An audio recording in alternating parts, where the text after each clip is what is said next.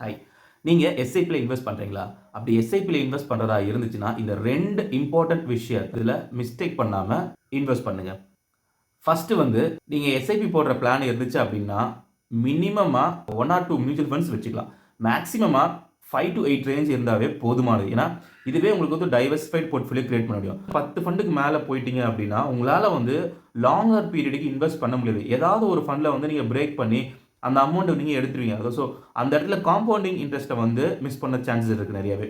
So ஸ்டேபிளா maximum 5 to 8 funds மட்டும் choose பண்ணிட்டு டைவர்சிஃபைடா create பண்றதுக்காக அத மட்டும் செலக்ட் பண்ணி அந்த ஃபண்ட்ல மட்டும் லாங் டெர்ம்க்கு இன்வெஸ்ட் பண்ணுங்க.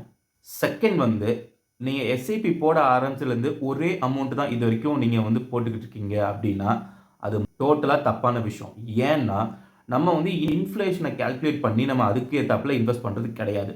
ஸோ ஃபார் எக்ஸாம்பிள் நீங்க லாஸ்ட் இயர் ஏப்ரல்ல ஸ்டார்ட் பண்ணியிருந்தீங்க அப்படின்னா, இந்த இயர் ஏப்ரல்ல அட்லீஸ்ட் இன்ஃப்ளேஷனை கன்சிடர் பண்ணி ஒரு 10% லாஸ்ட் இயர் அமௌண்ட்லேருந்து கொஞ்சம் இன்க்ரீஸ் பண்ணி ஸ்டெப் அப் பண்ணி இன்வெஸ்ட் பண்ணணும். அப்படி இன்வெஸ்ட் பண்ணாதான் நீங்க இண்டெக்ஸ் மார்க்கெட்டையும் பீட் பண்ண முடியும், சேம் டைம் இன்ஃப்ளேஷன் மார்க்கெட்டையும் பீட் பண்ண முடியும்.